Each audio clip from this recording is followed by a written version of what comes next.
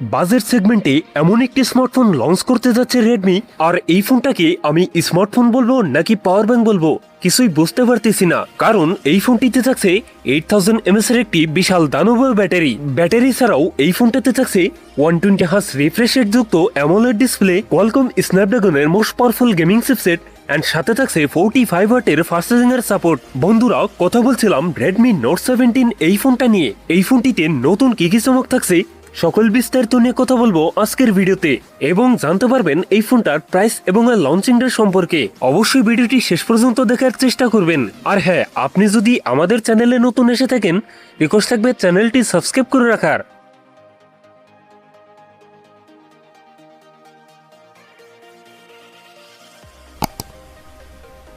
আর দর্শক বন্ধুরা, আজকের ভিডিওর লাইক টেকে থাকবে মাত্র 10 থেকে 12টা।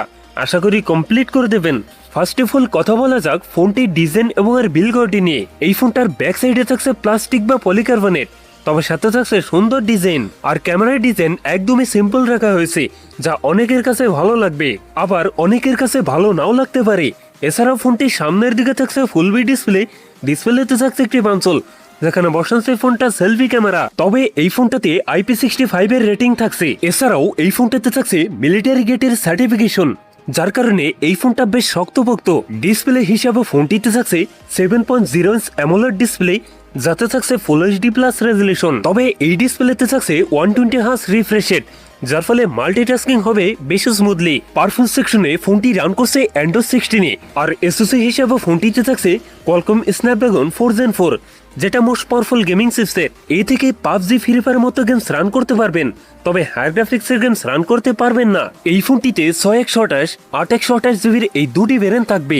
কথা বলা যাক এই ফোনটার ক্যামেরা সেটআপ নিয়ে। এই ফোনটি রিয়ারের ডুয়েল ক্যামেরা সেটআপ দেখা গেলেও এই ফোনটাতে থাকছে সিঙ্গেল ক্যামেরা সেটআপ, যার মেইন ক্যামেরায় থাকছে 50 মেগাপিক্সেল। ফোনটির সেলফিতে থাকছে 8 মেগাপিক্সেল সেলফি ক্যামেরা। এই ফোনটার রিয়ার ক্যামেরা এবং সেলফি ক্যামেরাতে ভিডিও শুট করা যায় 1080p 30 fps।